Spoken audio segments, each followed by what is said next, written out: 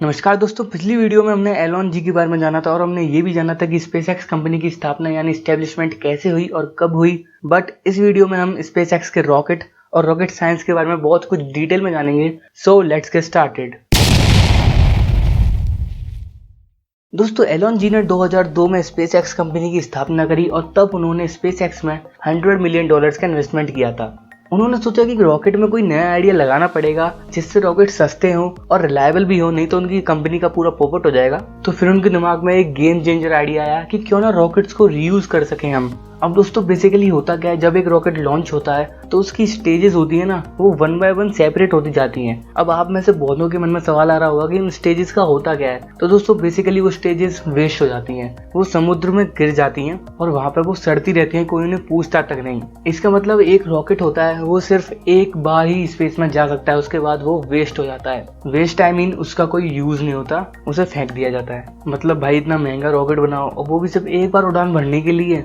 और दोस्तों, आप एक बात जान के हैरान हो जाओगे कि स्पेसएक्स के आने से पहले स्पेस में 1 किलो सामान ले जाने के लिए $54,000 लगते थे। तो भाई, ये बातें उन्हें अच्छी नहीं लगी। उन्होंने सोचा एक ऐसा रॉकेट बनाना ही पड़ेगा जो रीयूज हो सके, उसे बार बार यूज कर सके।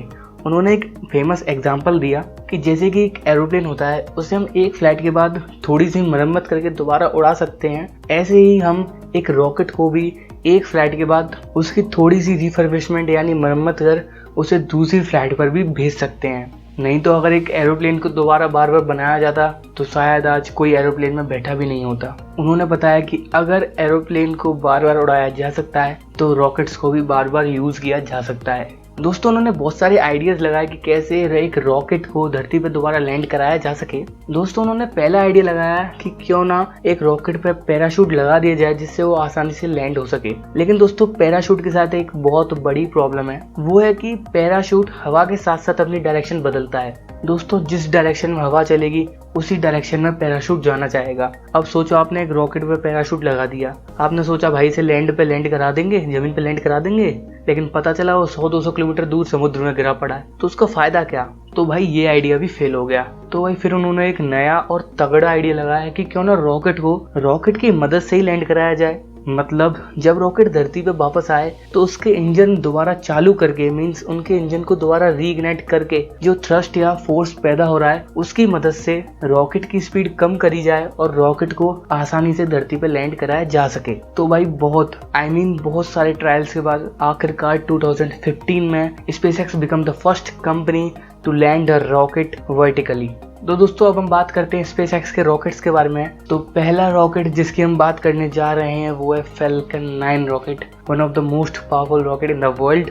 दोस्तों, फैल्कन 9 एक सिंपल सीधा साधा सा 2 स्टेज रॉकेट है। इसकी पहली स्टेज पे 9 मर्लिन इंजन्स लगे हुए हैं जो कि बहुत पावरफुल इंजन्स हैं, और इसकी जो सेकंड स्टेज है उस पे एक मर्लिन 1C इंजन लगा हुआ है। दोस्तों, ऐसा करते हैं कि इस फैल्कन 9 को इंडिया के most powerful rocket GSLV Mk3 से कंपेयर करते हैं। तो दोस्तों, फैल्कन 9 LEO यानी कि लो अर्थ ऑर्बिट तक 22,800 किलो ले जा सकता है मैक्सिमम, और GSLV Mk3 LEO तक 10,000 किलो ले जा सकता है। दोस्तों, फैल्कन 9 GTO यानी कि जियो सिंक्रोनाइज ट्रांसफर ऑर्बिट तक 8,300 किलो ले जा सकता है, और GSLV Mk3 GTO तक 4,000 किलो ले जा सकता है। दोस्तों, फैल्कन 9 की टोटल कॉस्ट है $60 मिलियन और GSLV Mk3 की टोटल कॉस्ट है $50 million approx.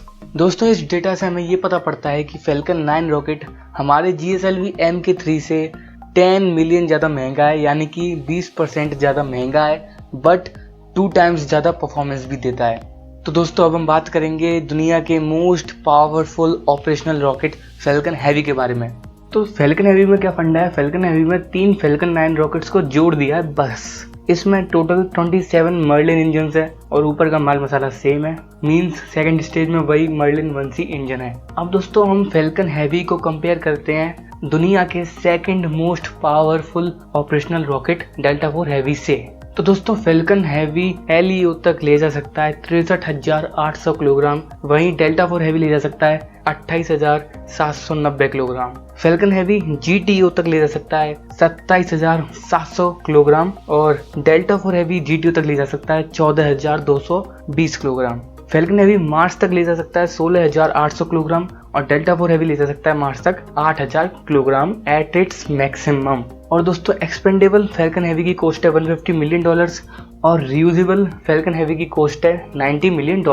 Expendable Falcon Heavy means जो फैल्कन हैवी रीयूज नहीं हो सकता उसकी हमें बलिदानी देनी पड़ेगी, और रियूजेबल फैल्कन हैवी मींस जो रीयूज हो सकता है। अब दोस्तों इस डेटा से हम एक कंक्लूजन निकालते हैं कि जो फैल्कन हैवी है वो अपने सेकंड कंपटीटर से 2.5 गुना ज्यादा परफॉर्मेंस देता है और आधे से भी कम कॉस्ट में आता है। तो आप खुद हिसाब लगा लीजिए कौन सा बेटर है। तो दोस्तों अब हम आते हैं इनके स्पेसशिप क्रू ड्रैगन की तरफ। दोस्तों क्रू ड्रैगन की टोटल कैपेसिटी है वो है 7 एस्ट्रोनॉट्स, मतलब वो मैक्सिमम 7 एस्ट्रोनॉट्स को ISS तक ले जा सकता है या फिर स्पेस में ले जा सकता है। दोस्तों ज्यादातर ये ISS तक कार्गो पहुंचाने के लिए यूज किया जाता है। दोस्तों इसमें सुपर ड्रैको इंजन्स लगे हुए हैं जो कि लॉन्च एस्केप सिस्टम में काम आते हैं। लॉन्च एस्केप सिस्टम बेसिकली क्या होता है कि अगर कोई रॉकेट एक्सप्लोड हो जाए तो क्रू को वो सेफली कहीं और जाकर लैंड करा देता है।